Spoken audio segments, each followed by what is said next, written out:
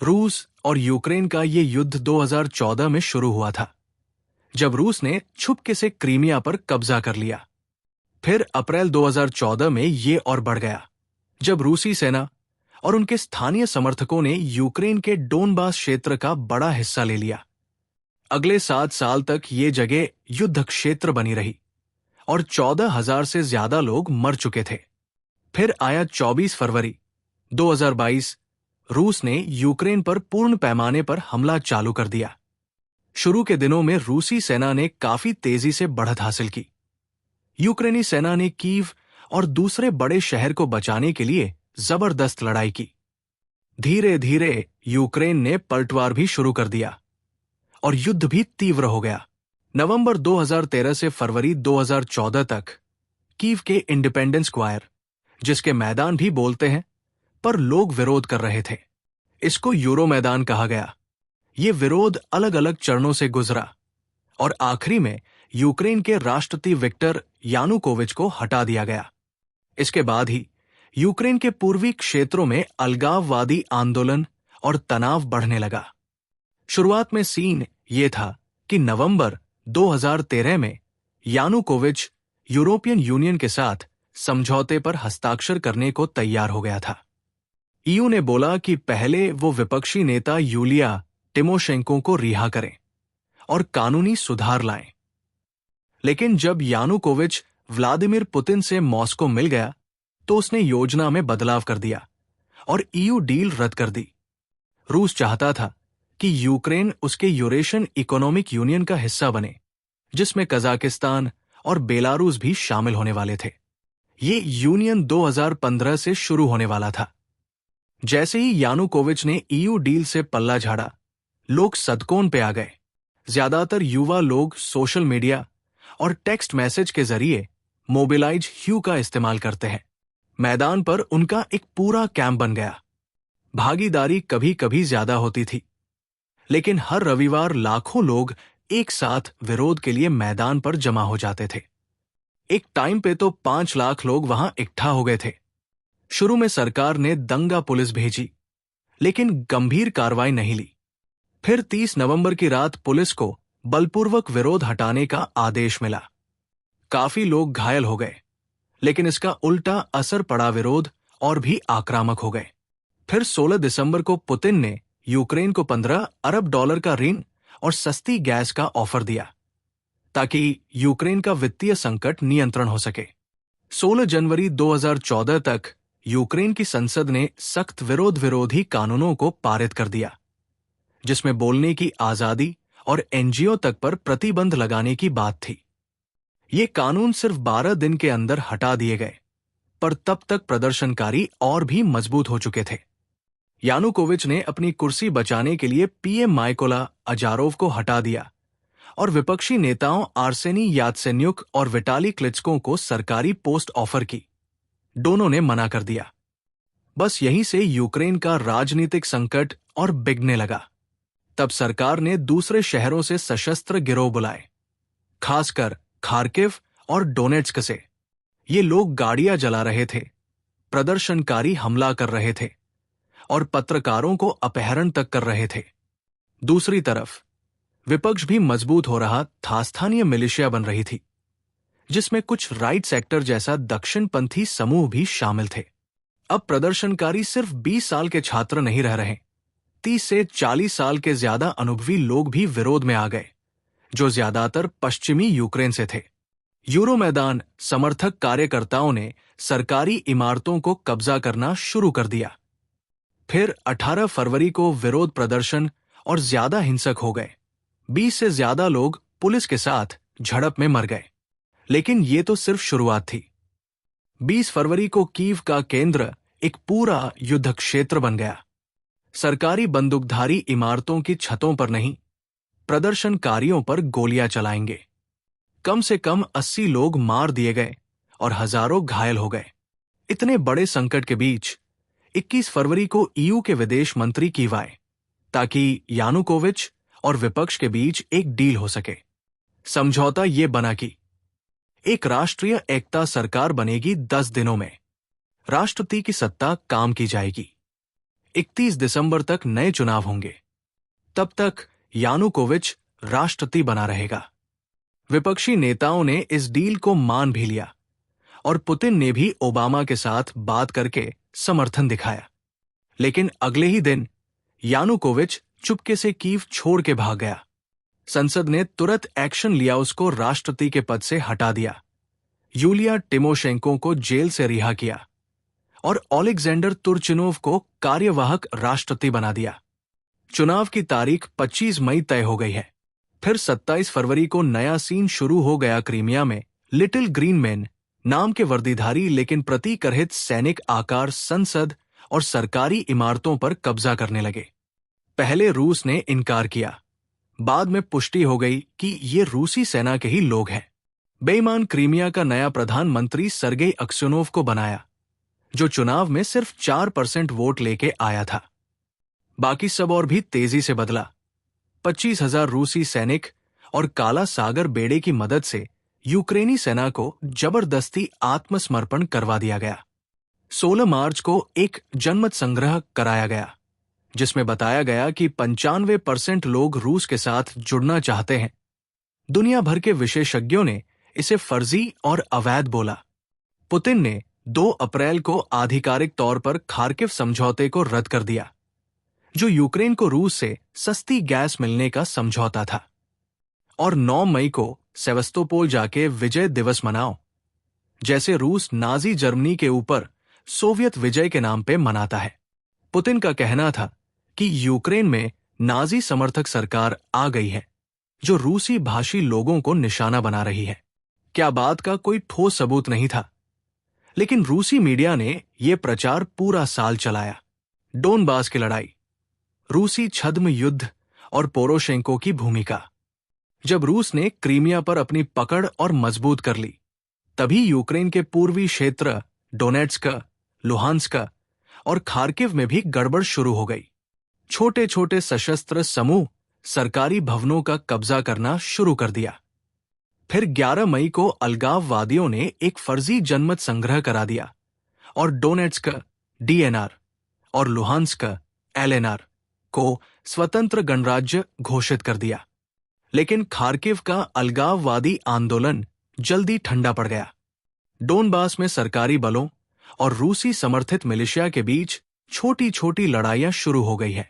Donetsk के अंतर्राष्ट्रीय हवाई अड्डे पर एक बड़ी लड़ाई हुई, जिसमें दर्जनों रूसी समर्थक अलगाववादी मारे गए। 25 मई को यूक्रेन के नए राष्ट्रपति चुनाव का रंग। क्रीमिया और डोनबास के बहुत से हिस्सों में मतदान नहीं हो पाया। चॉकलेट मैग्नेट पेट्रो पोरोशेंको आसानी से जीत गया। उन्होंने कहा, एंटी टेररिस्ट ऑपरेशन एटीओ और आक्रामक तरीके से चलाएंगे ताकि कब्जे वाले इलाकों को वापस ले सकें। लेकिन अलगाववादी क्षेत्रों में रूसी समर्थित कार्यकर्ताओं का ही नियंत्रण है। सबसे बड़ा नाम था स्ट्रेलकोव इगोर गिरकिन, जो रूस की एफएसबी संघीय सुरक्षा सेवा का पूर्व अधिकारी था। उसने स्लोवेंस्क में अपना मुख्यालय बना लिया। पोरोशेंको 7 जून को आधिकारिक तौर पर यूक्रेन का राष्ट्रपति बना और शांति बहाली की योजना बनाई। लेकिन लड़ना रुकी नहीं। 13 जून को मारियुपोल शहर वापस ले ली गई। जुलाई तक यूक्रेनी सेना ने स्लोवेंस्क वापस जीत लिया, लेकिन स्ट्रेलकोव अपनी 8,000 की फौज के साथ डोनेट्स्क शिफ्ट हो गया। फिर 17 जुलाई को एक बहुत बड़ा हादसा हो गया। मलेशिया एयरलाइंस की उड़ान MH17 एक रूसी निर्मित बुक मिसाइल से गिरा दिया गया। 298 लोग मारे गए, ज्यादातर नीदरलैंड के नागरिक। इसके बाद रूस पर अंतर्राष्ट्रीय दबाव बढ़ गया और अमेरिका ने रूसी अधिकारियों के बैंक खाते फ्रीज कर दिए और यात्रा पर प्रतिबंध लगा दिया। लेकिन रूस लगातार इनकार करता रहा कि उसका कोई हाथ है। फिर अगस्त के अंत में रूसी सेना ने सीधे यूक्रेन में प्रवेश किया और इलोवास्क में यूक्रेनी सैनिकों को घेर लिया और सैकड़ों को मार दिया। मारियुपोल एक बार फिर खतरे में था, इसलिए पोरोशेंको ने एटीओ को बंद कर दिया। 5 सितंबर को मिन्स्क, बेलारूस में एक युद्ध विराम समझौते पर हस्ताक्षर किया गया। 26 अक्टूबर को संसदीय चुनावों में यूरोपीय समर्थक पार्टियों की जीत हुई। यात्सेन्युक की पीपुल्स फ्रंट और पोरोशेंको ब्लॉक को सबसे ज्यादा वोट मिले। लेकिन 2 नवंबर को अलगाववादियों ने भी अपने पीपुल्स काउंसिल्स का चुनाव करा दिया और अलेक्जेंडर स्खारचेंको और इगोर प्लॉटनित्स्की को नेता घोषित कर दिया। दिसंबर तक मिन्स्क समझौता काफी उल्लंघन के बाद भी लगा रहा। पोरोशेंको एक तरफ भ्रष्टाचार खत्म करना चाह रहा था और दूसरा तरफ रूस के अप्रत्याशित कदमों का सामना कर रहा था। क्या लड़ाई में 700,000 लोग रूस भाग गए और भी हजारों यूक्रेन के दूसरे शरणार्थियों के हिस्से में बन गए। 4,700 से ज्यादा लोग मार चुके थे और 10,000+ घायल हो गए। डीएनआर और एलनर में नागरिक स्थिति बहुत खराब हो गई थी। उनने बोला कि ये लोग बिना पानी, बिजली और बुनियादी सेवाओं के जीने पर मजबूर है। मिन्स्क 2 और वोलोडिमिर ज़ेलेंस्की की एंट्री। 12 फरवरी 2015 को यूक्रेन, रूस, फ्रांस और जर्मनी के नेता मिन्स्क तो समझौता लेकर आए। 12 बिंदुओं का एक शांति योजना जिसमें लड़ाई रोकने, भारी हथियार हटाने, कैदियों की अदला-बदली और रूसी सैनिकों की वापसी का खंड था। सितंबर 2015 की शुरुआत में हथियार वापस खींच लिए गए, लेकिन छोटे उल्लंघन चलते रहे। 2015 के अंत तक 9,000 लोग मर चुके थे और 20,000 से अधिक लोग घायल हो गए थे। यूक्रेन का कहना था कि अप्रैल 2014 से अब तक 2,000 से अधिक रूसी सैनिकों ने मार्च किया है, लेकिन रूस कोई भी भागीदारी से इनकार कर रहा है। मई 2015 में पुतिन ने एक डिक्री साइन किया था जो रूसी सैनिकों की स्पेशल ऑपरेशंस में मौत की जानकारी जारी करने से रोका था। फिर दिसंबर 2015 में रूसी हैकर्स ने यूक्रेन में 225,000 लोगों की बिजली काट दी। ये साइबर हमले अगले 6 साल तक होती रहीं और डोनबास युद्ध एक फ्रोजन संघर्ष बन गया। 2019 में एक नए बंदे की एंट्री हुई, वोलोडिमिर ज़ेलेंस्की। ये बंदा पहले एक कॉमेडियन और एक्टर था और उसका hit TV show servant of the peoples में उसने एक आम आदमी का रोल किया था जो एक दिन यूक्रेन का राष्ट्रपति बन जाता है। असल जिंदगी में भी वही हो गया। भ्रष्टाचार विरोधी एजेंडे के साथ उसने पोरोशेंको को भारी जीत दिलाई। ज़ेलेंस्की का फोकस डोनबास युद्ध को खत्म करना था, लेकिन ट्रंप स्कैंडल में फंस गया। 25 जुलाई 2019 को ट्रंप ने एक फोन कॉल किया। ज़ेलेंस्की से बोला, पहले हमें एक छोटा सा एहसान कर दो, तभी सैन्य सहायता जारी होगी। ट्रंप चाहते थे कि ज़ेलेंस्की उनके राजनीतिक विरोधियों पर कुछ झूठी बातें कन्फर्म कर दे, पर ज़ेलेंस्की ने ऐसा कुछ नहीं किया। सितंबर तक अमेरिका ने $400 मिलियन की सैन्य सहायता जारी की, लेकिन ट्रंप का ये काम उनके महाभियोग का कारण बन गया। सितंबर 2020 में ज़ेलेंस्की ने नई राष्ट्रीय सुरक्षा रणनीति की घोषणा की, जो रूस को आधिकारिक तौर पर आक्रामक बोलता था और नाटो सदस्यता को यूक्रेन का प्राथमिक लक्ष्य बताता था।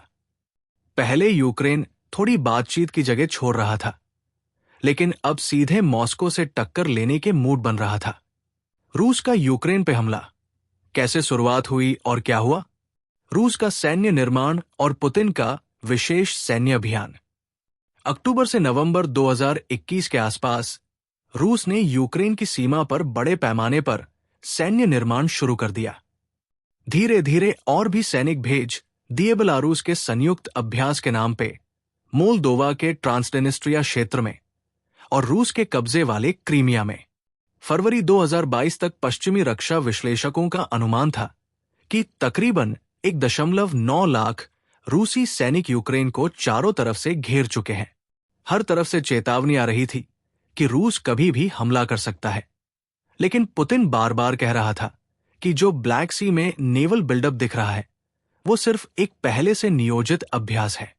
क्या तनाव के बीच पुतिन ने कुछ मांगे रखी? मूल रूप से ये नाटो का अपना विस्तार बैंड है और जो देश 1997 से पहले नाटो में थे, सिर्फ वही उसके सुरक्षा कवर में रह रहे हैं।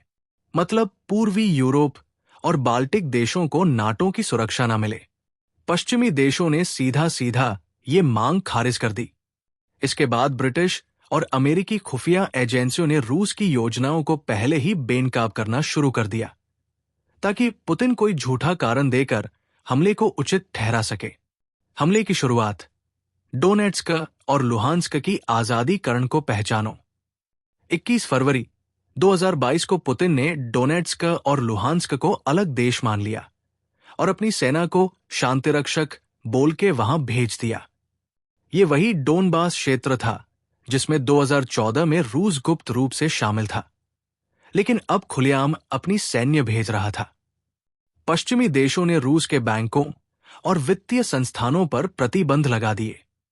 24 फरवरी की सुबह ज़ेलेंस्की ने रूसी लोगों से रूसी भाषा में सीधी बात की, शांति की अपील की, लेकिन साथ ही ये भी बोला कि अगर युद्ध होता है तो यूक्रेन अपनी पूरी ताकत से बचाव करेगा। इसके कुछ घंटे बाद सुबह 6 बजे मॉस्को टाइम के आसपास पुतिन टीवी पर आया और बोला कि वो स्पेशल मिलिट्री ऑपरेशन लॉन्च कर रहा है। उसके बस कुछ मिनट बाद यूक्रेन के प्रमुख शहरों में जोर जोर से धमाका होने लगे और कीव में हवाई हमले के सायरन बजने लगे। दुनिया भर के नेताओं ने इस हमले की निंदा की और रूस के खिलाफ और भी सख्त प्रतिबंध लगाने की बात की। ज़ेलेंस्की ने मार्शल लॉ की घोषणा कर दी और सेना को पूरा लामबंद करने का आदेश दे दिया। कीव का युद्ध और रूसी सेना की पहली चाल। ऐसा लग रहा था कि पुतिन की सरल योजना थी, जल्दी से कीव पर कब्जा करो और वहां एक रूस समर्थक सरकार बिठा दो। युद्ध के पहले दिन रूसी पैराट्रूपर्स ने कीव से सिर्फ 10 किलोमीटर दूर होस्टमिल एयरपोर्ट पर हमला कर दिया। साथ ही क्रेमलिन समर्थित वैगन ग्रुप के हत्यारे कीव भेज दिए गए, जो यूक्रेनी सरकार के प्रमुख नेताओं को मारने वाले थे। लेकिन इस सब के बीच ज़ेलेंस्की ने कीव छोड़ने से मन कर दिया। उसने सेंट्रल कीव की एक सड़क पर खुद का वीडियो शूट करके दिखाया कि वो वहीं पे है। जब अमेरिका ने उसको खाली कराने की पेशकश दी तो उसका जवाब महान बन गया, लड़ाई यहीं है, मुझे सवारी की नहीं, गोला बारूद की जरूरत है। मतलब लड़ाई यहां हो रही है, मुझे हटाने का नहीं, लड़ने का सामान चाहिए। इस बीच रूसी सेना ने बेलारूस में घुसकर चेरनोबिल परमाणु संयंत्र पर कब्जा कर लिया और निप्रो नदी के पश्चिमी तट से कीव तक पहुंचने की कोशिश की। दूसरी तरफ क्रीमिया से उत्तर पुश करते हुए खेरसोन को 2 मार्च तक कब्जा कर लिया। ये रूस के पहले हमले के चरण का सिर्फ एक बड़ी सफलता थी। खार्किव को घुसने की कोशिश की गई, लेकिन यूक्रेन की सेना ने रूस की अग्रिम रोक दी। कीव का जो बड़ा हमले का प्लान था वो भी फेल हो गया, क्योंकि रूस का लॉजिस्टिक्स और फ्यूल सप्लाई सिस्टम कमजोर निकला। रूसी युद्ध अपराधों में शरणार्थी संकट। जब रूस ने नागरिक इलाकों पर बिना सोचे समझे बम गिराने शुरू कर दिए, तब लोग डर के मारे अपने घर छोड़ने लगे। मार्च तक 40 लाख से ज्यादा लोग यूक्रेन छोड़कर पोलैंड, जर्मनी और चेक गणराज्य जा चुके थे। सबसे बड़ा झटका 16 मार्च को लगा, जब मारियुपोल के डोनेट्स्क एकेडमिक ड्रामा थिएटर पर रूसी हवाई हमला हुआ और एक ही बार में 600 लोग मर गए। ये जगह एक सुरक्षित आश्रय थी, जिसमें बच्चे लिखकर स्पष्ट रूप से दिखाया गया था कि यहां बच्चे हैं। ये लिखावट इतनी बड़ी थी कि सैटेलाइट से भी दिखती थी। लेकिन फिर भी रूस ने वहां हमला कर दिया। जब रूस की सेना कीव के उपनगरों से बाहर निकली, तब इरपिन और बुचा जैसे शहर में सामूहिक कब्रें और यातना के सबूत मिले। अस्पताल, सांस्कृतिक स्थल और पानी के पौधे भी लक्ष्य किए जाएंगे। लूट भी हर जगह हो रही थी। ये सब जिनेवा कन्वेंशन का स्पष्ट उल्लंघन है। यूक्रेन का पलटवार और रूस की पहली बड़ी हार। दुनिया भर से यूक्रेन को समर्थन मिलने लगा। ज़ेलेंस्की रोज नए नए वीडियो कॉल करके पश्चिमी सरकारों से मदद मांग रहा था। इसका परिणाम ये हुआ कि अमेरिका और यूरोपीय देशों ने खरबों डॉलर की सैन्य सहायता भेजना शुरू कर दिया।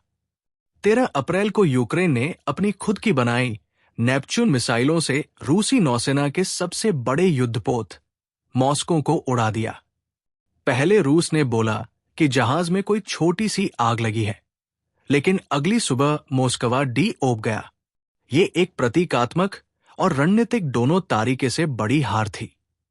यूक्रेन ने डोनबास क्षेत्र में खार्किव के पास रूसी सेना को पीछे ढकेल दिया, लेकिन मारियुपोल का हाल और बुरा हो गया।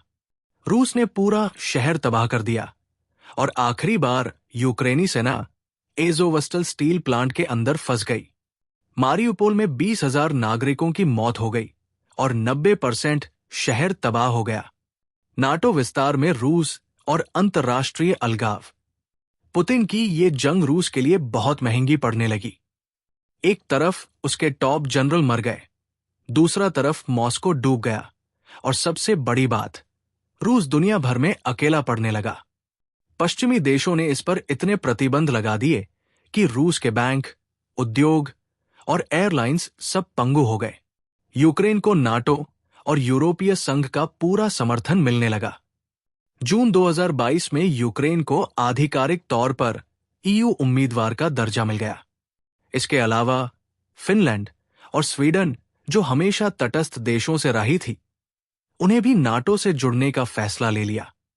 5 जुलाई को दोनों देशों ने आधिकारिक नाटो परिग्रहण प्रोटोकॉल पर हस्ताक्षर किए। पुतिन जो नाटो को काम देना चाहते थे, उन्होंने उल्टा बाल्टिक सागर को एक नाटो झील बना दिया। अमेरिका ने यूक्रेन को उन्नत हिमार्स मिसाइल सिस्टम दिए, जो रूस के आपूर्ति डिपो और कमांड सेंटरों को लक्ष्य कर सकता था। ये यूक्रेन के भविष्य के आक्रमण में एक गेम चेंजर साबित हुई। मेम युद्ध में रूसी दुष्प्रचार। रूस की सूचना युद्ध की तैयारी तो खैर खुली जंग शुरू होने से पहले ही हो चुकी थी। ब्रेक्सिट जनमत संग्रह, 2016 के अमेरिकी राष्ट्रपति चुनाव और 2017 के फ्रांसीसी चुनाव में हस्तक्षेप के तोड़फोड़ पहले ही सामने आ चुके थे। लेकिन जब बात यूक्रेन की आई तो रूस का दुष्प्रचार अभियान काफी बेकार और हास्यास्पद लगने लगा। ये नैरेटिव रूस के स्टेट मीडिया के बाहर ज्यादा नहीं चला। पुतिन ने अपनी जंग को डीनाजिफिकेशन का नाम देने की कोशिश की, जबकि यूक्रेन के लोकतांत्रिक नेता ज़ेलेंस्की खुद एक यहूदी आदमी है, जिसके परिवार के कई लोग होलोकॉस्ट में मार दिए गए थे। क्या यह बेतुका दावा है कि रूस के विदेश मंत्री सर्गेई लावरोव ने चक्कर में एक और बड़ा बवाल खड़ा कर दिया। जब उनसे इस पर सवाल किया गया तो उन्हें बिना किसी तर्क के कह दिया कि हिटलर ने भी यहूदियों का खून रखा था, और ये भी बोल दिया कि सबसे ज्यादा यहूदी विरोधी लोग खुद यहूदी होते हैं। ये बात इजराइल के लिए अस्वीकार्य थी और दोनों देशों के बीच एक राजनयिक तनाव पैदा हो गया। दूसरी तरफ रूस की ऑनलाइन प्रचार मशीन भी कुछ खास नहीं कर पाई। क्रेमलिन समर्थित इंटरनेट रिसर्च एजेंसी, जो एक रूसी ट्रोल फार्म है और कुलीन येवगेनी प्रिगोजिन से जुड़ी हुई थी, दुनिया भर में रूसी समर्थक कथा का प्रसार करने में असफल हो गई। जब भी कोई रूसी सरकार या समर्थक रूसी खाता ऑनलाइन प्रचार दलने की कोशिश करता है, तो उसका मुंह तोड़ जवाब एक नए मेमे सेना ने दिया, north Atlantic fellas association NFO और शिथिल रूप से संगठित ऑनलाइन समुदाय थी, जो यूक्रेन के समर्थन में खादी थी। क्या समूह के सदस्य हैं जो अपने शीबा इनू, डोगे अवतारों के साथ ऑनलाइन मिलते थे, ट्विटर और दूसरी जगह रूसी प्रचार का मजाक उड़ाने लगे। ये इतने प्रभावी हो गए कि सिर्फ आम लोग ही नहीं, बल्कि यूक्रेन और अमेरिका के सैन्य अधिकारी और हट्टा की एस्टोनिया के प्रधानमंत्री काजा कलस भी इनका समर्थन दिखाने के लिए अपना अवतार फेला बना लिया। एनएफओ सिर्फ मीम्स तक सीमित नहीं रहा, यूक्रेन के लिए धन उगाही भी शुरू कर दी। ये धर्मार्थ प्रयास सेंट जेवलिन नाम के एक मीम आधारित धन उगाहने की पहल से जुड़े, जिसे कनाडाई पत्रकार क्रिश्चियन बोरिस ने लॉन्च किया था। पहले तो उन्हें सिर्फ एक स्टिकर बनाया था, सेंट जेवलिन, जिसमें एक ऑर्थोडॉक्स मैडोना को एक जेवलिन एंटी टैंक मिसाइल पकड़ा गया था। उनका सिर्फ $500 जुटाने का प्लान था, लेकिन ये अभियान एक बड़ा आंदोलन बन गया। सेंट जेवलिन की ब्रांडिंग वाली टी शर्ट, हुडी और भी आइटम लॉन्च हुए और धीरे धीरे ये अभियान $1 मिलियन से ज्यादा की फंड रेजिंग तक पहुंच गया। ये दुनिया की पहली जंग थी जिसके मीम्स भी एक हथियार बन चुके थे और इस युद्ध में यूक्रेन का हाथ काफी ऊपर है। यूक्रेन का जवाबी हमला, खार्किव की आजादी और रूसी फौज की हालत खराब। 30 जून को यूक्रेन ने रूस को स्नेक आइलैंड यानी जमीनी आइलैंड से हटा दिया। छोटा सा द्वीप है, रणनीतिक रूप से बहुत महत्वपूर्ण है। ये ओडेसा से लगभग 130 किलोमीटर दक्षिण में है और डेन्यूब नदी के बिल्कुल पास, सिर्फ 32 किलोमीटर दूर। जब युद्ध शुरू हुआ था तब रूस ने इसको कब्जा लिया था, क्योंकि यहां से पूरा पश्चिमी काला सागर पर नियंत्रण हो सकता था। इसका एक और बड़ा प्रभाव यह था कि रूस वहां रोमानिया, जो नाटो का सदस्य है, को भी धमाका कर सकता है। लेकिन जब यूक्रेन ने मॉस्को युद्धपोत डुबो दी और स्नेक आइलैंड भी वापस ले लिया, तो रूस का पश्चिमी काला सागर पर नियंत्रण काफी कम हो गया। रूस अब भी यूक्रेन के शिपिंग मार्गों को ब्लॉक कर रहा था। स्नेक आइलैंड द्वारा मुक्त होने के बाद यूक्रेन ने डेन्यूब बंदरगाहों का उपयोग करना शुरू कर दिया और अपनी निर्यात अर्थव्यवस्था को थोड़ा पुनर्जीवित कर लिया। रूस की बेइज्जती ये थी कि जब उनसे पूछा गया कि अनहोन स्नेक आइलैंड क्यों छोड़ा, तो उनका जवाब था, ये सद्भावना इशारा है, जैसा खुद से दिया हो। जबकि सच ये था कि मार के भाग गया। लिसिचांस्क का गिरना और बखमुत की मजबूरी। जुलाई के पहले हफ्ते में रूस ने लिसिचांस्क पर कब्जा कर लिया, लेकिन ये अनहोने एकदम तभी मचा के किया। पूरा शहर बम धमाकों से तबाह हो गया था। साइवेरोडोनेत्स्क पहले ही रूस के हाथ चला गया था, तो अब लुहांस्क ओब्लास्ट, जो डोनबास का एक हिस्सा है, रूस के पूर्ण नियंत्रण में था। ये रूस के लिए एक बड़ी जीत लगी। असल में ये रूस के हमले का चरम बिंदु था। इसके बाद उनकी हालत धीरे धीरे खराब होने लगी। इसका सबसे बड़ा उदाहरण बखमुत था। रूस वहां छठी ठोक के आया था कि इसको तोड़ देंगे। यूक्रेन ने वहां इतनी जबरदस्त लड़ाई दी कि छठी महीन लग गई, और फिर भी रूस वहां 1 इंच भी आगे नहीं बढ़ सका। इतनी खतरनाक लड़ाई थी कि हर दिन हजारों रूसी सैनिक मार रहे थे, लेकिन फिर भी वो ब्रेक नहीं कर पा रहे थे। हिमार्स के आने से बदला मैदान। जुलाई के अंत तक अमेरिका के दिए गए हिमास रॉकेट सिस्टम युद्ध क्षेत्र पर दिखने लगे और इन्होंने रूस का नियंत्रण हिलाना शुरू कर दिया। यूक्रेन ने निप्रो नदी के पुलों पर हिमार्स पर हमला कर दिया, जिससे रूस की आपूर्ति लाइनें खत्म हो गई। खेरसोन के रूसी सैनिक डेंजर जोन में आ गए। इसके चक्कर में रूसी सेना का फोकस डोनबास से शिफ्ट होकर खेरसोन पे आ गया। अगस्त तक यूक्रेन ने वहां छोटे मोटे हमले शुरू कर दिए, ताकि रूस को लगे कि बड़ी लड़ाई यही होने वाली है। लेकिन असली धमाका क्रीमिया में हुआ। 9 अगस्त को एक जबरदस्त विस्फोट क्रीमिया के एक रूसी हवाई अड्डे पर हुआ, जिसके 9 लड़ाकू विमान उड़ा दिए गए। ये तो यूक्रेन के विशेष बलों का काम था, या फिर किसी पक्षपातपूर्ण समूह का। इस ब्लास्ट ने रूस की हवा निकाल दी। सरकार ने क्रीमिया पर कब्जा करके आपातकाल की घोषणा कर दी। तभी हिमार्स ने लुहांस्क के अंदर भी मारना शुरू किया और वैगन ग्रुप का मुख्यालय उड़ा दिया, जिसमें 100 से ज्यादा रूसी भाड़े के सैनिक खत्म हो गए। ये वैगन ग्रुप को चलाने वाला येवगेनी प्रिगोजिन पुतिन का खास आदमी था, और ये घटना उसके लिए एक बड़ा झटका था।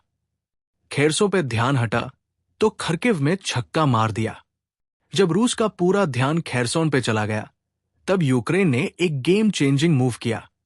6 सितंबर को यूक्रेन ने खार्किव ओब्लास्ट पर एक तेजी से हमला किया।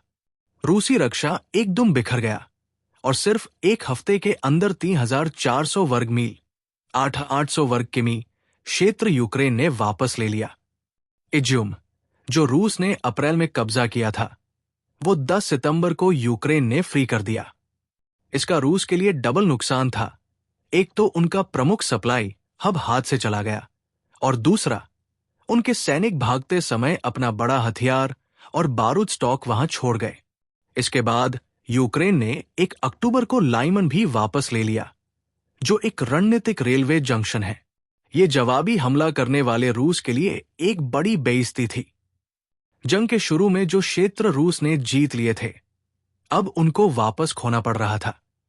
यूक्रेन ने रूस के पहले के जितने भी सैन्य लाभ हासिल किए, उनको एक एक करके रिवर्स करना शुरू कर दिया था। यह था यूक्रेन का ग्रीष्मकालीन जवाबी हमला, जिसका रूस ने सिर्फ क्षेत्र ही नहीं, अपनी विश्वसनीयता भी खो दी। रूस ने सोचा था वो स्पेशल मिलिट्री ऑपरेशन जल्दी निपटा देंगे। यूक्रेन ने दिखा दिया कि ये लंबी लड़ाई है और अब रूस के लिए ये और भी मुश्किल होने वाला है। पुतिन की आंशिक लामबंदी और वैगन ग्रुप का बढ़ता रोल। रूस की फौज जब हर जगह पीछे हटने लगी तो 21 सितंबर को पुतिन ने एक बड़ा ऐलान कर दिया, 300,000 नए सैनिकों की आंशिक लामबंदी। रूस के रक्षा मंत्री सर्गेई शोइगु ने बोला कि सिर्फ अनुभवी दिग्गजों को बुलाया जाएगा, पर असली सीन ये था कि जो भी हाथ लग रहा था उसे जबरदस्ती ड्राफ्ट किया जा रहा था, चाहे उसने कभी सैन्य प्रशिक्षण ली हो या नहीं। इसका रूस के अंदर जबरदस्त रिएक्शन आया। हर जगह विरोध शुरू हो गया। हद तो तब हो गई जब लोग विरोध कर रहे थे, उन्हें गिरफ्तार करके पुलिस ने ड्राफ्ट कस्टडी नोटिस थमा दिया गया, मतलब जेल से सीधा युद्ध क्षेत्र भेज दिया। लोग इतने डरे हुए थे कि 2.6 लाख से लेकर 7 लाख तक जवान उम्र के आदमी रूस छोड़ के भाग गए।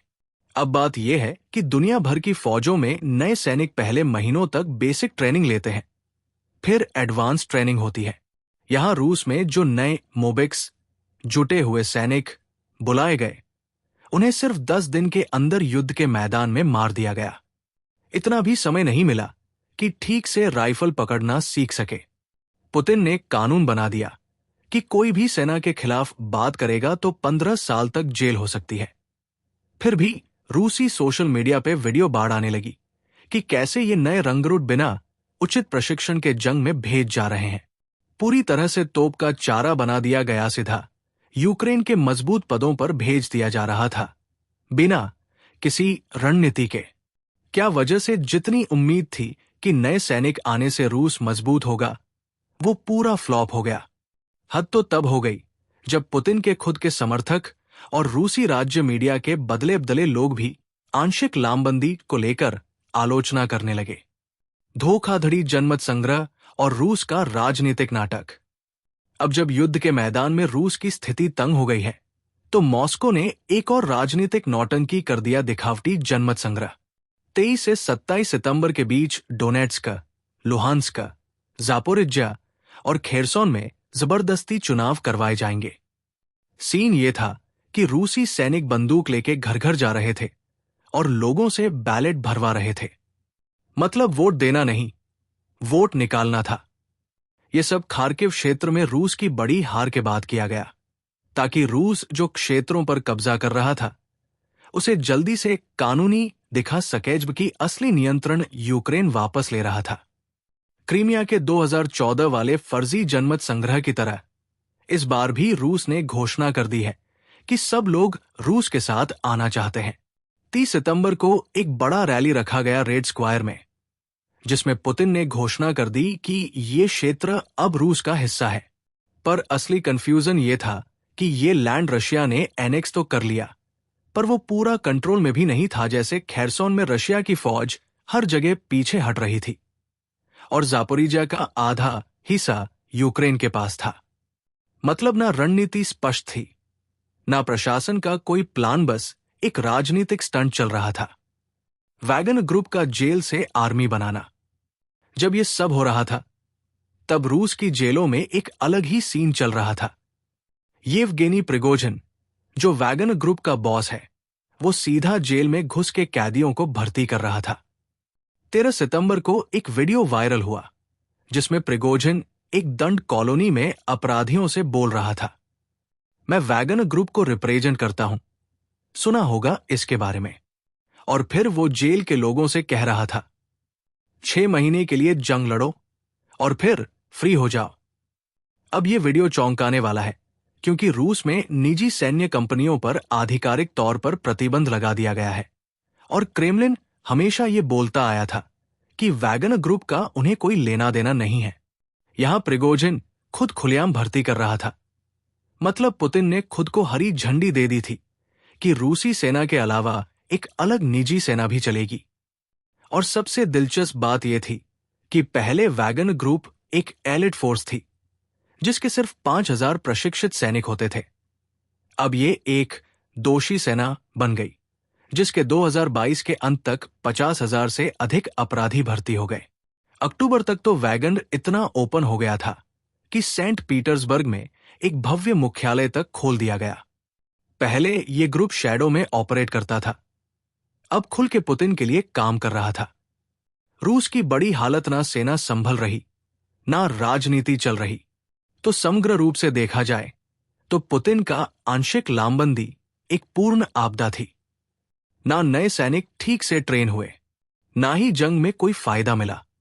ऊपर से रूस में विरोध और प्रतिरोध बढ़ गया।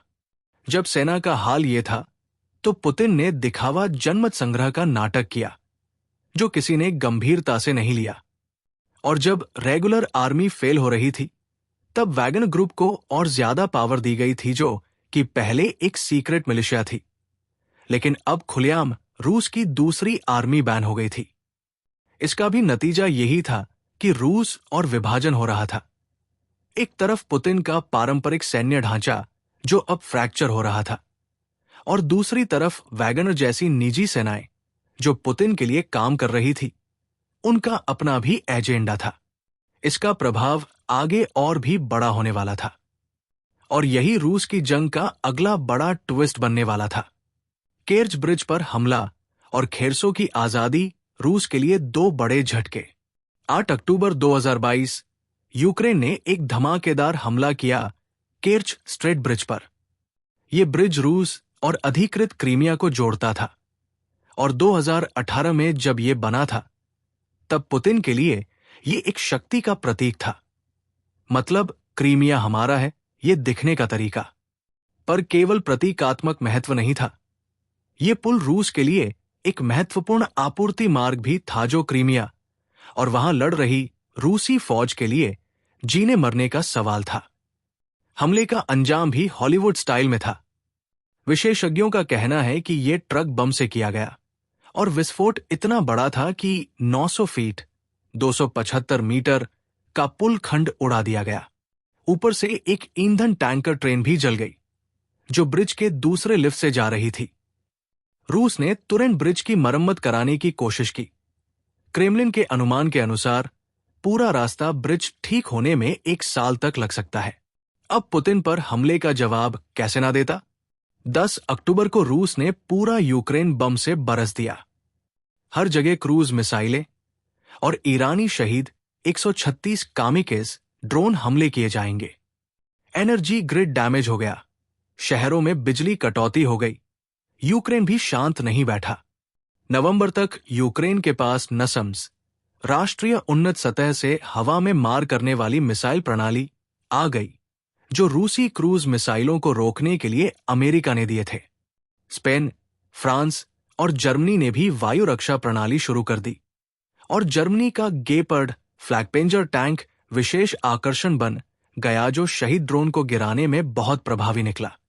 अंत तक अमेरिका ने पैट्रियट मिसाइल सिस्टम भेजने का भी वादा किया, और जनवरी 2023 में यूक्रेनी टीमों ने प्रशिक्षण शुरू किया। मतलब रूस ने शहरों पर हमला तो किया, यूक्रेन की वायु रक्षा और मजबूत हो गई। रूस का खेरसो से पीछे हटना पुतिन की बड़ी बेइज्जती। जब रूस यूक्रेन के शहरों पर मिसाइलें बरस रहा था, तब यूक्रेन खेरसो में रूसी सेनाओं को धीरे धीरे दबा रहा था। और फिर 9 नवंबर को सबसे बड़ी खबर आई, रूस ने आधिकारिक तौर पर घोषणा कर दी कि वो खेरसोन छोड़ रहा है। अब ये कोई छोटी बात नहीं थी। खेरसोन एकमात्र क्षेत्रीय राजधानी थी जो रूस ने अपने आक्रमण पर कब्जा कर लिया था। मतलब पुतिन के लिए ये एक बड़ा मनोवैज्ञानिक और रणनीतिक झटका था। और विडंबना यह है कि पुतिन ने कहा था कि खेरसो के लोग हमेशा के लिए हमारे नागरिक रहेंगे, पर अब वही पुतिन अपनी फौज को वहां से निकल रहा था। जब यूक्रेन ने खेरसोन को आजाद करवा लिया, तो ज़ेलेंस्की खुद वहां पहुंच गए और घोषणा कर दी। ये जीत सिर्फ खेरसोन की नहीं, ये पूरी जंग का टर्निंग पॉइंट है। दूसरी तरफ रूस इसको स्वीकार करने को तैयार ही नहीं था। क्रेमलिन के प्रवक्ता दिमित्री पेस्कोव ने सीधा कह दिया, खेरसोन अब भी रूस का हिस्सा है। मतलब एक तरफ पुतिन की फौज पीछे हट रही थी, और दूसरी तरफ क्रेमलिन झूठ पर झूठ बोल रहा था। यूक्रेन पर हमला अब रूस की घर की छत तक। अब एक और नया ट्विस्ट आया। यूक्रेन सिर्फ अपनी जमीन पर लड़ नहीं रहा था, अब रूस के अंदर भी हमले कर रहा था। 5 दिसंबर को यूक्रेन ने रूसी हवाई अड्डों पर सीधा हमला कर दिया, और ये अड्डे रूस के अंदर 300 मील 480 किलोमीटर दूर है। ये बेस एंगेल्स और रियाजान में थे, जहां रूस की रणनीतिक बमवर्षक बेड़ा थी जो यूक्रेन के शहरों पर बमबारी करती थी। मुझ पर हमला करो रूस के कुछ बमवर्षकों ने नुकसान पहुंचाया और 3 सैनिक मारे गए। असली क्षति मनोवैज्ञानिक था। रूस ने हमेशा अपने एस-400 वायु रक्षा प्रणाली का डंका बजाया था। यूक्रेन द्वारा 20वीं सदी के सोवियत ड्रोनों को संशोधित करके उन्हीं के हवाई अड्डों पर हमला कर दिया। इसे रूस का पूरा डिफेंस सिस्टम सवालों के घेरे में आ गया। अब घबराहट इतनी बढ़ गई है कि मॉस्को की छतों पर पैंसर एयर डिफेंस सिस्टम लगना पड़ गया, जो ये दिखाता है कि रूस अब खुद अपनी सुरक्षा को लेकर घबराया हुआ है। जब इसका फोटो वायरल हुआ तो रूसी अधिकारियों ने बोला कि ये सब फर्जी है। रूस की स्थिति और कामजोर, यूक्रेन और आक्रामक। तो कुल मिलाकर अक्टूबर से दिसंबर 2022 में यूक्रेन ने 2 बड़े मास्टर स्ट्रोक मार दिए।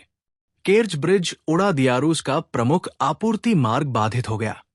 खेरसोन छुड़ा लिया, रूस को एक बड़ा अपमानजनक वापसी लेना पड़ा।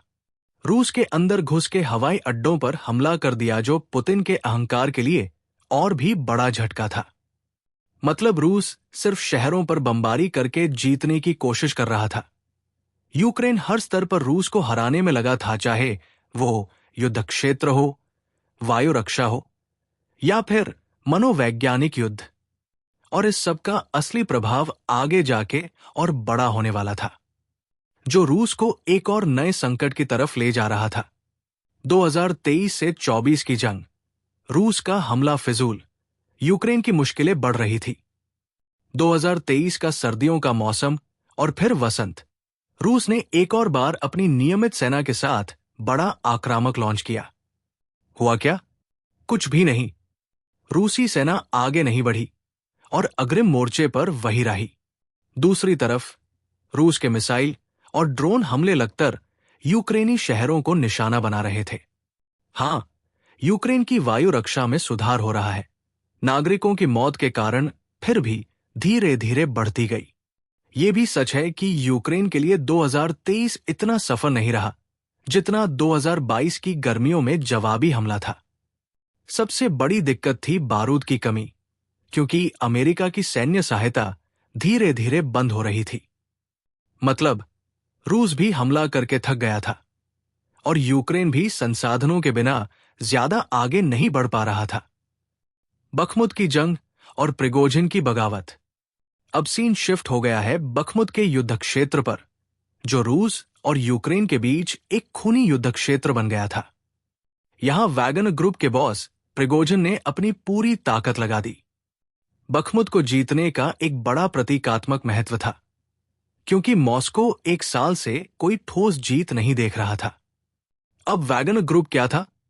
एक निजी सेना जो रूस की तरफ से लड़ रही थी, और प्रिगोजिन उसका नेता था। उसने जेल से अपराधी भर्ती किए और उनको सीधे युद्ध के मैदान पर भेज दिया। ये लोग बस मानव लहर पर हमला कर रहे थे। मतलब एक के बाद एक सैनिक भेजो, चाहे मर भी जाए। यूक्रेनियन ने भी जान लगा दी और बखमुत को गिरना नहीं दिया। फिर मई 2023 में यूक्रेन आखिरकार बखमुत से पीछे हटा और प्रिगोजिन ने जीत का दावा कर दिया। ये जीत किस लागत पर आई? रिपोर्ट्स के मुताबिक रूस ने एक लड़ाई में 1 लाख से ज्यादा लोग गंवा दिए, जिनमें 20,000 सिर्फ वैगनर ग्रुप के लड़ाके थे। प्रिगोजिन ने खुद स्वीकार किया कि 20,000 का नंबर भी कम बताया गया है। मतलब यही जीत भी रूस के लिए एक बड़ी हार जैसी थी। लेकिन प्रिगोजिन की वैल्यू मॉस्को में बढ़ने लगी और यहीं से उसका संघर्ष शुरू हुआ रूसी सेना के साथ। प्रिगोजिन बनाम रूसी सेना, अपनी ही सेना के खिलाफ बगावत। बखमुत की लड़ाई के दौरान प्रिगोजिन और रूसी रक्षा अधिकारियों के बीच तनाव बढ़ गया। प्रिगोजिन का कहना था कि रूस की सेना उसे उचित आपूर्ति नहीं दे रही। दोनों कैंपों के बीच दोस्ताना आग की घटनाएं भी होने लगी। मतलब रूसी सेना और वैगन फाइटर्स एक दूसरे पर आग लगा रहे थे। पुतिन ने भी इसको हल करने की जगह तनाव बढ़ने दी और यह झगड़ा जून तक एक खतरनाक स्तर पर पहुंच गया। 24 जून को प्रिगोजिन ने सिद्ध किया, रूसी सेना के खिलाफ विद्रोह छेड़ दिया। प्रिगोजिन अपनी 25,000 की वैगन सेना के साथ यूक्रेन से सीधा रूस में घुस गया। यह अपना पूरा बख्तरबंद कॉलम लेके आया था और रोस्तोव-ऑन-डॉन का सैन्य मुख्यालय कब्जा लिया। फिर एक अलग वैगनर ने मॉस्को की तरफ मार्च करने लगी। कोई भी उन्हें रोक नहीं रहा था। जब ये लोग मॉस्को से सिर्फ 200 किलोमीटर दूर थे, तब प्रिगोजिन ने अचानक अपना मार्च रोक दिया। तब बेलारूस के राष्ट्रपति लुकाशेंको ने घोषणा की कि एक डील हो गई है, वैगन फाइटर्स को माफी मिलेगी। प्रिगोजिन बेलारूस मुझे निर्वासित करेगा। वैगन फाइटर्स रशियन मिलिट्री के साथ कॉन्ट्रैक्ट साइन करेंगे। मतलब प्रिगोजिन की बगावत शुरू तो धमाके से हुई, पर अंत एक अजीब ट्विस्ट के साथ। प्रिगोजिन की मौत विमान दुर्घटना या पुतिन की साजिश? क्या असफल विद्रोह के बाद प्रिगोजिन का भविष्य अनिश्चित हो गया है? रूस के राज्य मीडिया ने बोला कि पुतिन और प्रिगोजिन मॉस्को में मिले थे और पुतिन ने वैगनर सेनानियों को भविष्य के मिशन के लिए विकल्प दिए थे। जुलाई में मेरे हजारों वैगनर भाड़े के सैनिक बेलारूस शिफ्ट हो गए और प्रिगोजिन का एक वीडियो भी आया जिसने अपने सेनानियों को बेलारूस में स्वागत किया। उसके बाद वो अचानक लो प्रोफाइल हो गया। फिर अगस्त आया और प्रिगोजिन का एक नया वीडियो ड्रॉप हुआ। इसमें वो अफ्रीका के किसी वैगन गैरिसन में भर्ती कर रहा था। उसने बोला, वैगन रूस को हर महाद्वीप पर और बड़ा बना रहा है। और बस इस वीडियो के कुछ दिन बाद 23 अगस्त को प्रिगोजिन का प्राइवेट जेट मॉस्को के उत्तर में क्रैश हो गया। वैगनर से जुड़े टेलीग्राम चैनलों ने तुरंत दावा किया, यह पुतिन का काम है। रूसी वायु रक्षा ने उसका विमान गिरा दिया। जो भी हो, प्रिगोजिन और वैगनर के सहसंस्थापक दिमित्री उत्किन दोनों यूएस प्लेन में मारे गए। रूसी अधिकारी इस बात की पुष्टि नहीं करते हैं कि उनके शव दुर्घटना स्थल पर मिले थे। फिर पुतिन ने एक नया ऑर्डर पास किया जिसका बोला गया कि अब से सब वैगनर सेनानियों को रूसी सेना की शपथ लेनी होगी। मतलब वैगनर आधिकारिक तौर पर रूसी सेना के तहत आ गई थी। और बस, जो प्रिगोजिन रूस के अंदर अपनी फौज लेके घुस गया था, उसका चैप्टर पुतिन ने हमेशा के लिए बंद कर दिया। रूस और यूक्रेन की जंग, तेज कदम? तो भाई, 2023 से 24 में जो जंग चल रही थी, उसमें ना यूक्रेन को कोई बड़ी जीत मिली, ना रूस ने अपना कुछ बड़ा हासिल कर लिया। बस प्रिगोजिन की बगावत ने सबसे बड़ा ड्रामा क्रिएट किया और पुतिन ने उसको एक चेतावनी के साथ हमेशा के लिए हटा दिया। जंग खत्म नहीं हुई थी और अब दोनों पक्षों ने अपनी नई रणनीतियों पर काम किया। अगले महीनों में रूस और यूक्रेन के बीच नए युद्ध के मैदान खुलने वाले थे। क्या रूस आखिरकार कोई बड़ा सफलता हासिल कर पाएगा? हाँ, यूक्रेन फिर एक नया जवाबी हमला करेगा। यूक्रेन को मिल रहा है पश्चिमी हथियारों का समर्थन और पुतिन पर युद्ध अपराध के आरोप। 2023 की शुरुआत में यूक्रेन के लिए पश्चिमी समर्थन अचानक काफी बढ़ गया। जो बख्तरबंद गाड़ियों का ट्रांसफर पहले सिर्फ चर्चा में था, उसे आखिरकार मंजूरी मिल गई। जनवरी में अमेरिका ने यूक्रेन को एम-2 ब्रैडली पैदल सेना से लड़ने वाले वाहन देने का वादा किया था और यूके ने बोला कि वो 14 चैलेंजर 2 टैंक भेजेगा। फिर एक बड़ा ऐलान आया। अमेरिका ने पुष्टि की कि वो यूक्रेन को एक पूरा बख्तरबंद बटालियन देगा जो एम-1 अब्राम टैंक से भरा होगा। जर्मनी भी पीछे नहीं रहा। उन्होंने बोला कि 12+ लेपर्ड 2 टैंक भेजेंगे। और सबसे बड़ा कदम यह था कि जर्मन चांसलर ओलाफ स्कोल्स ने बाकी यूरोपीय देशों को भी अनुमति दे दी कि वो अपने लेपर्ड टैंक यूक्रेन को दे सकते हैं। इसके बाद एकदम बाढ़ आ गई टैंक दान का। जनवरी के अंत तक 300 से अधिक आधुनिक पश्चिमी टैंक यूक्रेन को मिलने वाले थे। रूस इसको खतरनाक वृद्धि बोल रहा था। हमेशा की तरह बस गर्मी वाली बयानबाजी दे रहा था। कोई बड़ी कार्रवाई नहीं ली। फिर 20 फरवरी को युद्ध के 1 साल पूरे होने से सिर्फ कुछ दिन पहले अमेरिकी राष्ट्रपति जो बिडेन की कीव की अचानक यात्रा शुरू हो गई। वहां जेलेंस्की से मिले और यूक्रेन के लिए और ज्यादा सैन्य सहायता का वादा किया। F-16 फाइटर जेट्स का ट्रांसफर एक और रेड लाइन क्रॉस। एक और रेड लाइन जो रूस ने चेतावनी दी थी, वो अगस्त 2023 में तोड़ दी गई, जब अमेरिका ने यूक्रेन को F-16 फाइटर जेट ट्रांसफर करने का ग्रीन सिग्नल दे दिया। इस कार्यक्रम के तहत 12 से अधिक देशों ने विमान, प्रशिक्षक और युद्ध सामग्री उपलब्ध कराने का वादा किया है, जिनमें से ज्यादातर जेट नीदरलैंड और डेनमार्क से आए हैं, क्योंकि ये दोनों देश पहले से ही नए F-35 जेट पे स्विच कर चुकी थी। हां, ट्रेनिंग थोड़ी धीमी रही।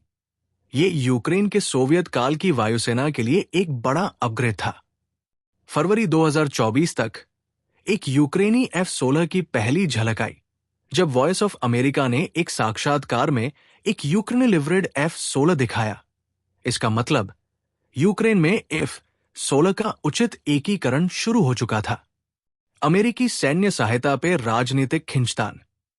2023 के अंत तक अमेरिका ने यूक्रेन को कुल सैन्य सहायता $50 अरब तक दी। रिपब्लिकन ने एक और फंडिंग राउंड रोक दी।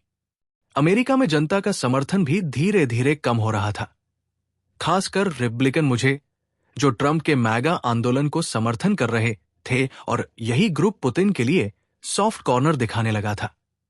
अब ये विडंबना देखो, पहले रोनाल्ड रीगन अमेरिकी रूढ़िवाद का प्रतीक था और उसकी नीतियां सोवियत संघ की वजह बनी थी, और अब ट्रंप खुलेआम नाटो के खिलाफ बोल रहा था, पुतिन की तारीफ कर रहा था, और फरवरी 2024 में तो कह दिया जो नाटो देश अपने 2% जीडीपी रक्षा पर नहीं खर्च करती, उसको रूस जो करना चाहे करने दो।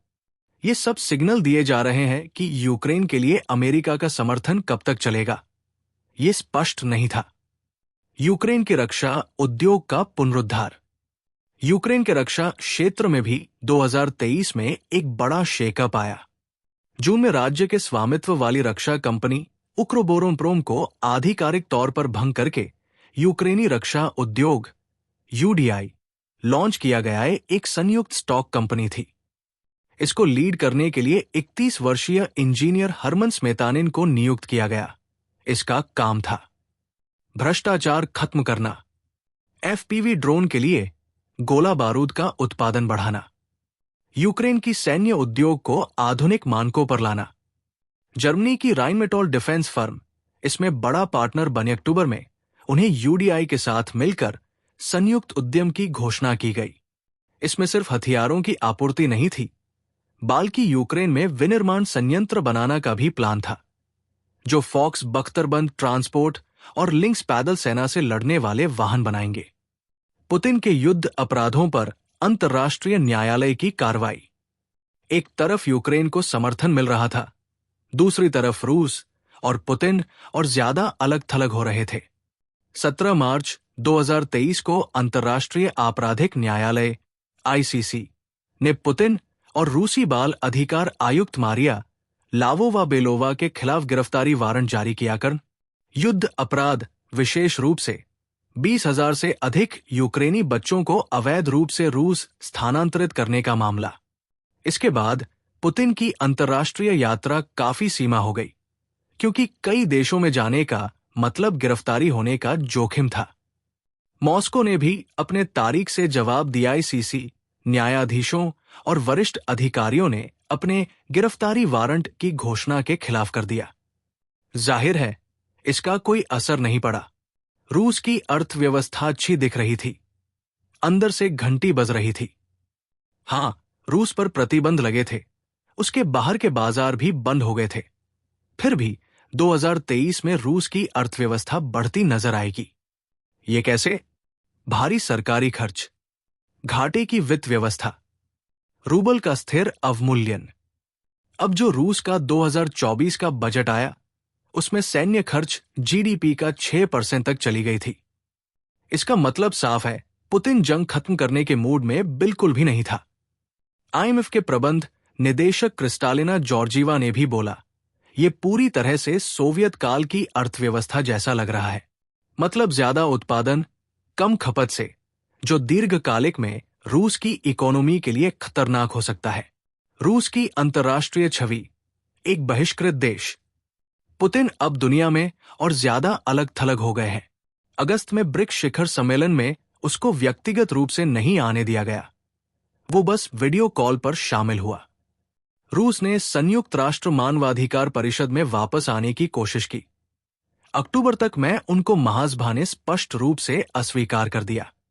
2024 पेरिस ओलंपिक में भी रूसी एथलीटों पर प्रतिबंध लगा दिया गया। हाँ, वो तटस्थ स्थिति में प्रतिस्पर्धा कर सकते थे, पर रूस का झंडा या गान का उपयोग नहीं कर सकते थे। यूक्रेन की ईयू सदस्यता की तरफ बढ़ने वाली बड़ी जीत। 2023 के अंत तक यूक्रेन एक और प्रमुख मील का पत्थर पहुंच गया। दिसंबर में ठीक 10 साल बाद, जब मैदान विरोध आंदोलन ने यानुकोविच सरकार को गिरा दिया, थाइयों ने आधिकारिक तौर पर यूक्रेन के साथ विलय वार्ता शुरू कर दी। ब्रुसेल्स और कीव दोनों जगह इसको सेलिब्रेट किया गया और जेलेंस्की ने बोला, ये पूरी यूरोप की जीत है। मतलब अभी जंग चल रही है। यूक्रेन का दीर्घकालिक भविष्य यूरोप के साथ टाई अप होता दिख रहा है। आगे क्या होगा? रूस बनाम यूक्रेन युद्ध अभी खत्म नहीं हुआ है। रूस का अलगाव बढ़ रहा है और यूक्रेन को पश्चिम का समर्थन मिल रहा है। ये सपोर्ट कितना लॉन्ग टर्म चलेगा, ये एक बड़ा सवाल है। अगले कुछ महीनों में ये स्पष्ट होगा कि यूक्रेन अपनी सैन्य ताकत और अर्थव्यवस्था को कायम रख सकता है या नहीं, और रूस अपने प्रतिबंधों और आंतरिक दबाव से कैसे डील करता है। यूक्रेन की 2023 जवाबी कार्रवाई और कखोवका बांध का विनाश।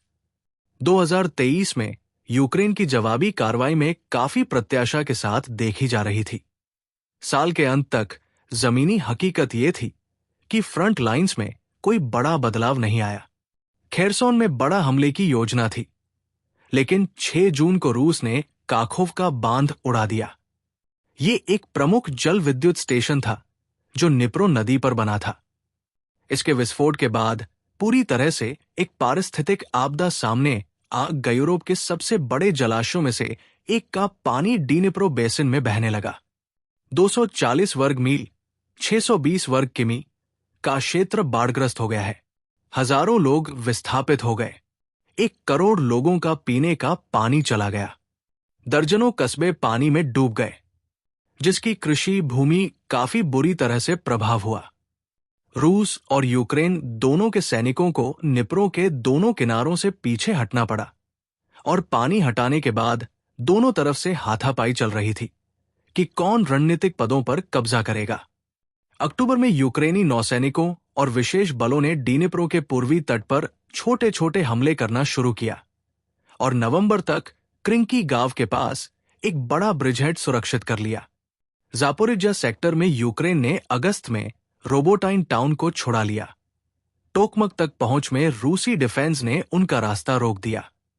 हालात ये हो गए हैं कि गोला बारूद की कमी हो गई है, क्योंकि यूक्रेन ने अपने कुछ कब्जे वाले इलाकों को वापस खो दिया है और 2024 की शुरुआत में रूस ने रोबोटाइन के आसपास के इलाकों पर दोबारा कब्जा कर लिया। डोनबास का युद्ध क्षेत्र, अवदिव्का का तबाह होना। डोनबास में लड़ाई का केंद्र अवधि थी, जो एक औद्योगिक शहर थी जिसमें कभी 30,000 लोग रहते थे। जंग ने उसे सिर्फ एक भूत शहर बना दिया। अक्टूबर में रूस ने अपनी 2 पूरी फील्ड सेनाओं को भेज दी अवदिव्का पर कब्जा करने के लिए, और यह बखमुत की लड़ाई का एक और दोहराव लग रहा था। सिर्फ पहले 2 महीने में रूस के 13,000 सैनिक या तो मर गए या घायल हो गए। ये शहर यूक्रेन के लिए एक महत्वपूर्ण कदम था अगर डोनेट्स्क क्षेत्र को वापस लेना होता। यूक्रेन की एलिट सैंतल्स मैकनाइज ब्रिगेड यहां बचाव कर रही थी, जिनमें जर्मन लेपर्ड 2 टैंक और अमेरिकी एम-2 ब्रैडली लड़ाकू वाहन थे। उनका साहसिक हिट एंड रन रणनीति रूस के लिए एक दुस्वप्न बन गया था। 350 प्लस रूसी टैंक और 700 बख्तरबंद वाहनों को उड़ा दिया। पर एक बड़ी समस्या आ गई। अमेरिका से सैन्य सहायता रुक गई क्योंकि रिपब्लिकन ने फंडिंग रोक दी। तोपखाने के गोले की कमी, ब्रैडली गाड़ियों के लिए गोला बारूद खत्म। यूक्रेन का समय बहुत मुश्किल हो गया। 18 फरवरी 2024 को यूक्रेनी सेना ने अवधिवका के खत्म हो चुके खंडहरों से वापसी कर ली। बिडेन प्रशासन ने इसको कांग्रेस की निष्क्रियता की कीमत बोला। मतलब, अगर अमेरिका ने समय पर हथियार भेजे तो ये हालात न होंगे। रूसी हताहतों की संख्या भी कम नहीं थी। 5 महीने के युद्ध में 17,000 सैनिक मारे गए और 30,000 घायल हुए। ये नुकसान 10 साल की सोवियत अफगानिस्तान युद्ध से भी ज्यादा था। ज़ेलेंस्की ने यूक्रेन के टॉप जनरल को हटा दिया। 8 फरवरी 2024 को ज़ेलेंस्की यूक्रेन के शीर्ष सैन्य कमांडर जनरल हैं। वालेरी ज़ालुझनी को बर्खास्त कर दिया। ज़ालुझनी यूक्रेन की सेना और जनता में काफी लोकप्रिय। ज़ेलेंस्की और उनके बीच युद्ध रणनीति को लेकर काफी मतभेद आ रहे थे। ये एक ऐसी चाल थी जो यूक्रेन के राजनीतिक और सैन्य अभिजात वर्ग को विभाजित कर सकती थी। पर ज़ेलेंस्की और ज़ालुझनी ने जल्दी एक साथ फोटो खिंचवा ली, मुस्कुराकर हाथ मिलाना किया और बोला कि ये सौहार्दपूर्ण निर्णय है। उनकी जगह जनरल ओलेक्जेंडर सिरस्की को नियुक्त किया गया, जो कीव के रक्षा के मास्टरमाइंड युद्ध के शुरुआती दिनों में 2022 में खार्किव प्रत्याक्रामक योजना किया था, जो यूक्रेन के सबसे बड़े सफल हुआ उससे एक था। बखमुत युद्ध के भी नेता थे, जो काफी महंगा युद्ध था। उसका रणनीतिक मूल्य ज्यादा नहीं था। आगे क्या? 2023 के अंत तक यूक्रेन के जवाबी हमले का परिणाम उतना बड़ा नहीं रहा जितनी उम्मीद की जा रही थी। रूस ने कखोवका बांध तोड़ के युद्ध का एक अलग एंगल खोल दिया। यूक्रेन ने कुछ क्षेत्रों को वापस ले लिया। रूसी रक्षा द्वारा काफी कठिन निकले। अमेरिका की सहायता रुकने से यूक्रेन को बड़ा नुकसान हुआ। अब सवाल यह है कि 2024 में यूक्रेन की रणनीति क्या होगी? क्या पश्चिमी सहायता वापस मिलेगी? क्या यूक्रेन और हमले लॉन्च करेंगे या रक्षात्मक मोड में जाएंगे? अगले कुछ महीनों में ये सब क्लियर होने वाला है। डोनबास में रूस की आगे बढ़ती फौज और कुर्स्क में यूक्रेन का हमला। 2024 के वसंत ऋतु तक रूस डोनेट्स्क क्षेत्र में धीरे धीरे आगे बढ़ रहा था। यूक्रेन के सैनिकों की आपूर्ति में कमी से जूझ रहे थे और सबसे बड़ा मुद्दा था तोपखाने का असंतुलन। यूक्रेनी अधिकारियों का कहना था कि कुछ जगह उनके पास रूस के तुलना में सिर्फ 10% गोला बारूद था। मतलब रूस 10 गोली चला रहा था से यूक्रेन सिर्फ 1। अप्रैल 2024 में आखिरकार अमेरिकी कांग्रेस ने $60 अरब की सैन्य सहायता को मंजूरी दे दी। तब तक रूस ने अपने कब्जे वाले क्षेत्रों को और मजबूत बना चुका था और खार्किव क्षेत्र में नया सामने खोल दिया। जो उम्मीद थी उससे वो नहीं हुआ।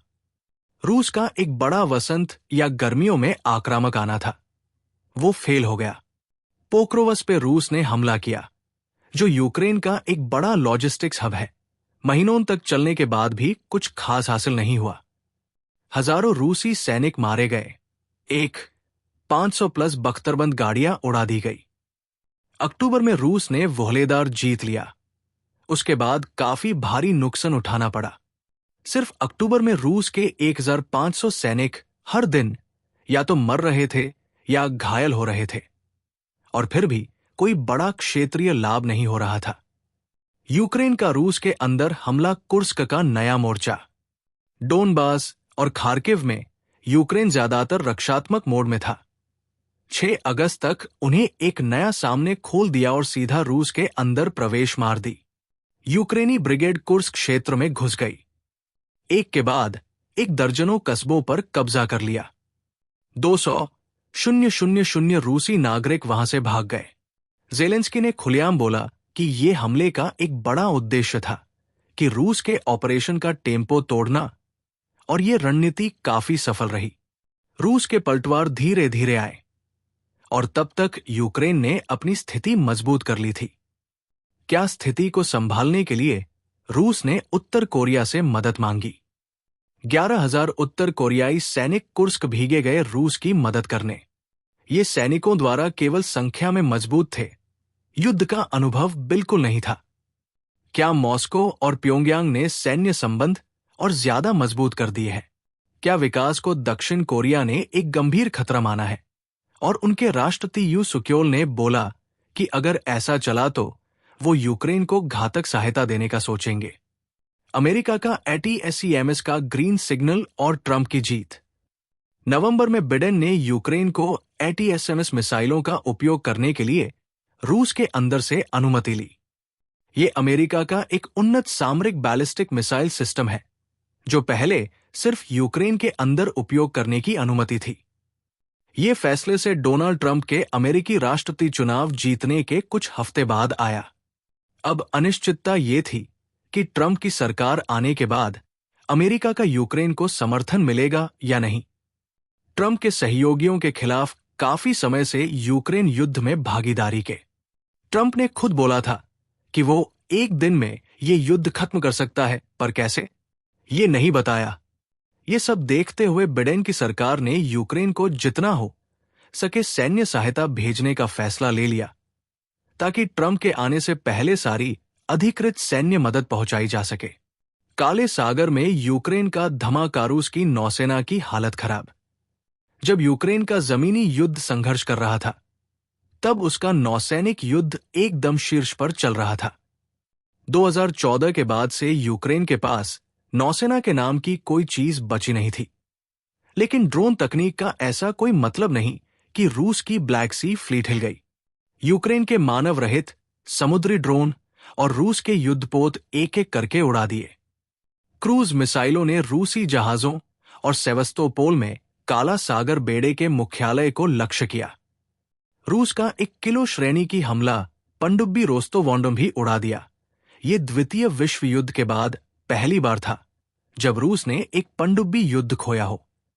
अक्टूबर 2023 तक रूस की नौसेना क्रीमिया से भागने पर मजबूर हो गई और अपना प्रमुख नौसैनिक बेस नोवरोसियस्क शिफ्ट कर दिया। यूक्रेन द्वारा यहां भी रुका नहीं। फरवरी 2024 तक यूक्रेन के ड्रोन ने रूसी मिसाइल कार्वेट इवानोवेट्स और सीजर कुनिकोव लैंडिंग क्राफ्ट को उड़ा दिया। 25 रूसी सतह जहाज, एक पनडुब्बी नष्ट और 1 दर्जन से अधिक जहाजों को नुकसान। मतलब काला सागर का एक बड़ा हिस्सा यूक्रेन पर नियंत्रण आ गया। काला सागर पर नियंत्रण का आर्थिक फायदा। जुलाई 2023 में रूस ब्लैक सी ग्रेन इनिशिएटिव से निकल गया था जो संयुक्त राष्ट्र का एक मानवीय समझौता था जिसे यूक्रेन अपना अनाज निर्यात कर पाता था। यूक्रेन ने खुद अपना एक संरक्षित शिपिंग मार्ग घोषित कर दिया। ये मार्ग यूक्रेन, रोमानिया और बुल्गारिया के तटों के पास था जो रूसी पनडुब्बियों के लिए काफी उथला था। रूसी जहाज भी यूक्रेन के नौसैनिक ड्रोन से डर रहे थे, इसलिए ज्यादा हस्तक्षेप नहीं कर पा रहे थे। इसका सीधा आर्थिक असर आया। 2024 तक यूक्रेन के ओडेसा बंदरगाह पर व्यापार की मात्रा युद्ध पूर्व स्तर तक पहुंच गई। यूक्रेन का पूरा 2023 का अनाज अधिशेष निर्यात होने लगा। ओडेसा क्षेत्र के बंदरगाह फिर से खुलेंगे। यूक्रेन की जीडीपी में 1.2% का इजाफा हुआ था। आगे क्या? रूस का डोनबास में आक्रामकता चालू है। कुर्स्क में यूक्रेन का अप्रत्याशित हमला रूस की योजनाओं को बाधित कर रहा है। सबसे बड़ा सवाल यह है कि ट्रंप के राष्ट्रपति बनने के बाद अमेरिका का यूक्रेन को समर्थन मिलेगा या नहीं। अगर सहायता बंद हो गई तो यूक्रेन के युद्ध प्रयासों पर बड़ा प्रभाव पड़ सकता है और काला सागर में यूक्रेन की नौसेना का प्रभुत्व रूस के लिए अभी भी एक बड़ा सिरदर्द बना हुआ है। अब आगे 2024 का सेकंड हाफ कैसा होगा, ये देखना पड़ेगा। पुतिन की लड़ाई का असली दाम कितना खून बहा, कितना नुकसान हुआ। दोनों पक्ष यूक्रेन और रूस अपने सटीक हताहत संख्या खुले तौर पर साझा करने से कतरा रहे हैं, जो अपेक्षित भी था। जो रिपोर्ट्स आ रही है वो बता रही है कि ये जंग कितनी भयानक है। 2014 से 2021 तक डोनबास क्षेत्र की लड़ाई में 14,000 लोग मारे गए थे, जिसमें लगभग 1/4 नागरिक थे। 40,000 से ज्यादा लोग घायल हुए थे। और जब 2022 में रूस ने पूर्ण पैमाने पर आक्रमण किया, तब से मरने वालों की संख्या और भी बढ़ गई। यूएन के मुताबिक सिर्फ नवंबर 2023 तक 10,000 से ज्यादा नागरिक मार दिए गए और 18,500 से ज्यादा घायल हुए। ज्यादातर ये हताहत रूस के बिना सोचे समझे मिसाइलें, हवाई हमले और तोपखाने के हमले की वजह से हुई। असल नंबरों से और भी ज्यादा हो सकते हैं। एक पुरानी रिपोर्ट के मुताबिक सिर्फ मारियुपोल में ही लाखों नागरिक मर गए होंगे, क्योंकि वहां जो विनाश हुआ उसका पूरा डेटा कभी मिल ही नहीं सका। अमेरिकी रक्षा विभाग का तो कहना है कि कुल 40,000 नागरिकों की जान जा चुकी है। एक देश जो अपने लोगों को ही खो बैठा। इस युद्ध की वजह से 8 मिलियन लोग यूक्रेन छोड़कर भागने को मजबूर हो गए और उतने ही लोग अपने देश के अंदर ही एक जगह से दूसरी जगह शिफ्ट होने को मजबूर हो गए। सोचो, यूक्रेन की 1/3 जनसंख्या विस्थापन का शिकार हो चुकी है। अब सिर्फ लड़ाई नहीं, रूस पर यह इल्जाम भी है कि उन्हें जबरदस्ती यूक्रेन के लोगों को अपने क्षेत्र में शिफ्ट करवा दिया गया। 900,000 से 1.6 मिलियन यूक्रेनी नागरिक, जिनमें 2.6 लाख बच्चे भी शामिल हैं। ये शुद्ध दुनिया के नियमों के हिसाब से एक युद्ध अपराध है और जिनेवा कन्वेंशन में इसे बिल्कुल अवैध माना गया है। रूस का ये सामूहिक अपहरण और फिल्ट्रेशन कार्यक्रम एक जातीय सफाई का हिस्सा लगता है, जो पहले चेचन्या और जॉर्जिया में भी देखा गया था। इस वजह से मार्च 2023 में अंतर्राष्ट्रीय आपराधिक न्यायालय ने आधिकारिक तौर पर घोषणा कर दी कि ये एक युद्ध अपराध है। रूस का अपना नुकसान कितना हुआ? सितंबर 2022 में रूस की सरकार ने एक आधिकारिक बयान दिया था, जिसमें उनके रक्षा मंत्री सर्गेई शोइगु ने कहा था कि 5,937 रूसी सैनिक युद्ध में मारे गए हैं। भाई, ये नंबर असली नहीं लगता। जब युद्ध के 2 साल होने वाले थे, तब पश्चिमी खुफिया एजेंसियों का कहना था कि रूस के सैन्य हताहतों की संख्या 3.2 लाख पार कर चुकी है। ये रूस की युद्ध पूर्व लामबंद सेना का लगभग 90% है। इसमें 40,000 वैगन ग्रुप के भाड़े के सैनिक घायल हुए और 20,000 मर गए। यूक्रेन की हताहतों की संख्या भी कम नहीं है। पश्चिमी अनुमान के मुताबिक यूक्रेन के 2 लाख से ज्यादा सैनिक मारे गए या घायल हो चुके हैं। टैंक और सैन्य उपकरण का तबाह होना। जब टैंक और सैन्य वाहनों की बात आती है, तो यूक्रेन ने 3,000 बख्तरबंद वाहनों की पुष्टि की है, जिनमें 740 टैंक भी शामिल हैं। रूस का नुकसान और ज्यादा बड़ा है। रूस ने 8,000 से ज्यादा बख्तरबंद गाड़ियां खोई। 2,700 टैंक उड़ा दिए गए।